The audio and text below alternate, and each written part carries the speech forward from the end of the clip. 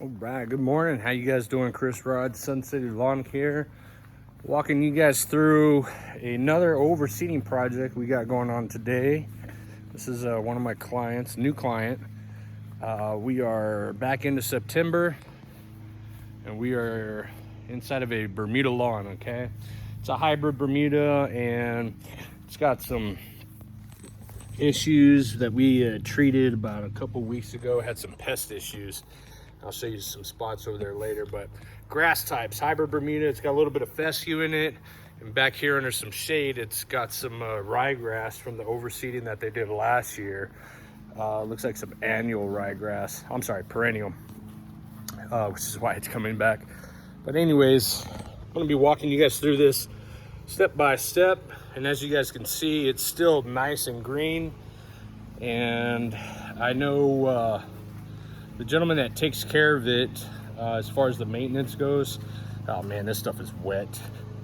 Well, that's gonna make for an interesting scalp today, because that's what we gotta do. Step number one, you gotta get that grass height down so that you can get some seed to soil contact. We talked about that in our last video for the overseeding process. But yeah, the gentleman that takes care of it, they were maintaining it about 3 inches. I didn't get an opportunity to actually ask him over these past 2-3 weeks to start bringing it down.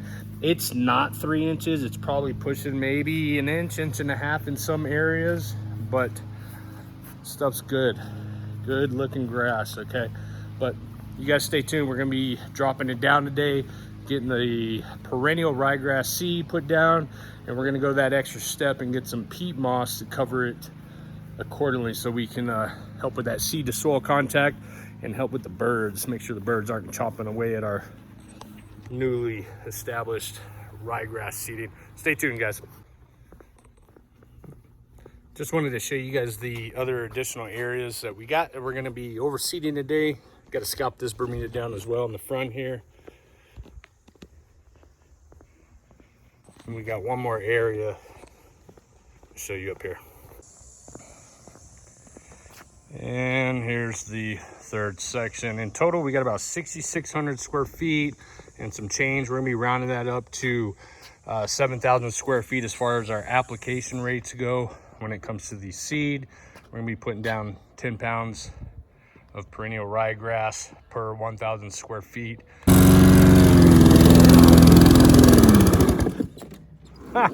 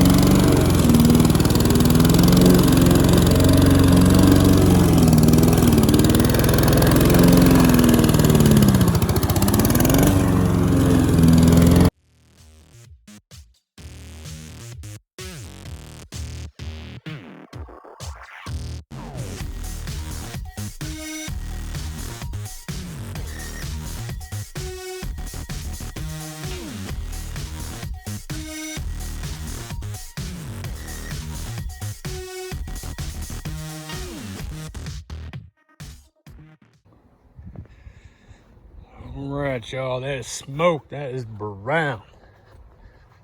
Okay, we cut everything down multiple times to get it down to that 1/2 inch cut. My old lawn boy, that's as low as it gets. Without a real mower, I can't get it any lower, but all I need is that good old seed to soil contact, and right there we got dirt. All right, it's the same way throughout the entire backyard. Look at that.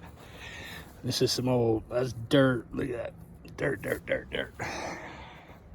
It is now 3:30. We started 8:45-ish. 8:45-ish, 9 o'clock. And I've got 19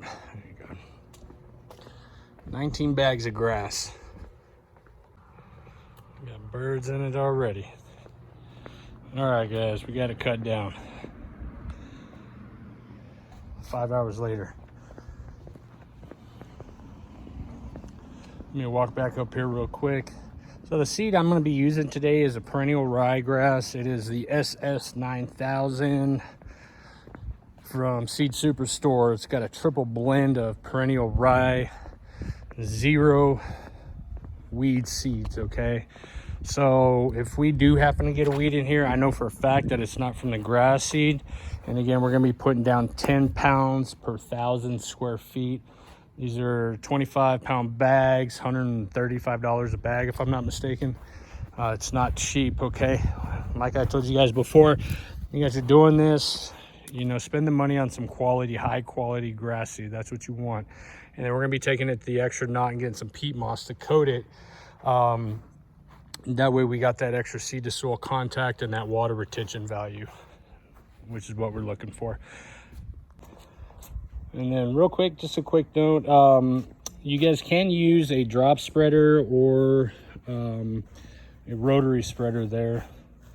And you know, your difference is probably, you know, basically your drop spreader is going to drop it exactly where you want it. It's going to give you nice clean edges, and you're probably not going to have to go back and blow off any grass seed from the patio pavers, rock bed areas, your mulch beds. So the spreader I'm using is a spiker spreader. However, I've got this side guard on it, okay? Now I know a lot of you guys that are flinging fertilizer out there don't use the side guard. So in my particular case, I don't need to use a drop spreader because my rotary spreader here has got the edge guards. So am I still going to blow off the debris here? Yes. Are there chances of some of the seedlings getting into the rocks? Very, very unlikely, very minimum. But you know, that's where your herbicide applications come in. Plus we've already got Bermuda grass growing in the rocks we got to kill anyways. But either way.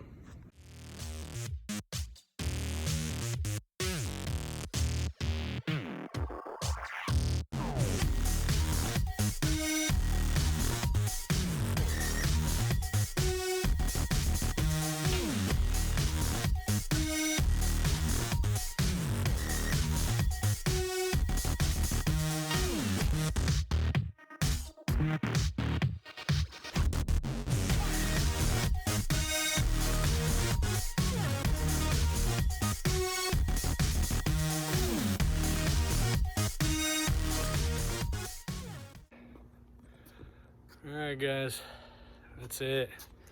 6 o'clock, beat. We brought this sucker down from 3 inches, 7,000 square feet, from 3 inches down to the half-inch mark. Overseeded with some perennial rye, and coated it, give it a nice half-inch, maybe less than that, eighth and a quarter inch of peat moss. And let me tell you,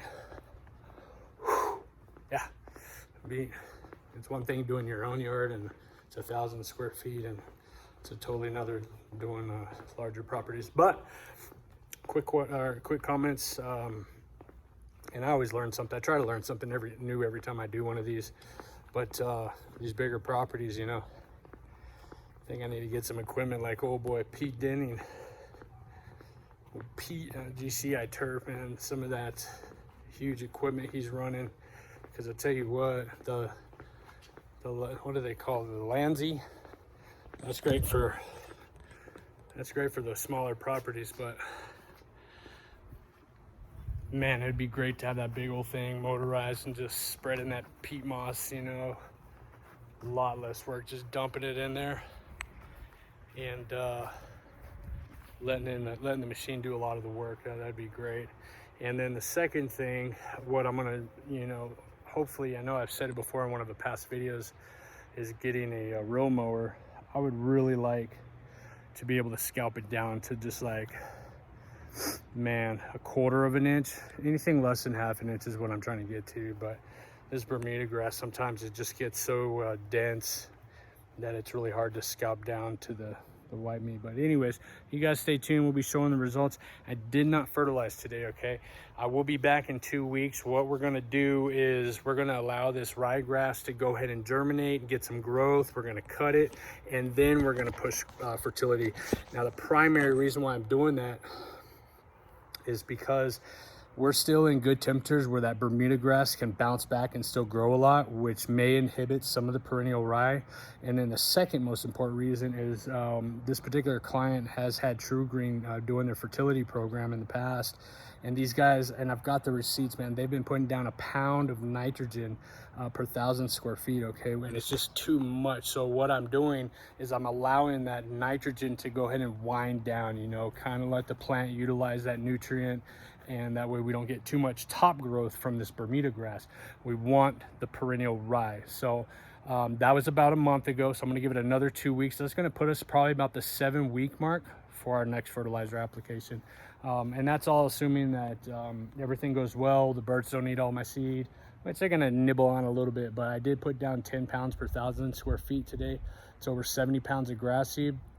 But if we do have to do some you know, some follow-up applications of seed, we can do it, no problem. But always, that's another recommendation, always keep a little bit of extra grass seed on hand in case you got to come back, or even in your own lawns, you got to give like a little patch here and there, a little bit of extra seed. Allow yourself plenty of time for that sort of thing. Hope you guys enjoyed the video. If you learned anything new, if you got any questions, comments, leave them down below. And don't forget, always subscribe, like the channel. Give me that thumbs up, guys.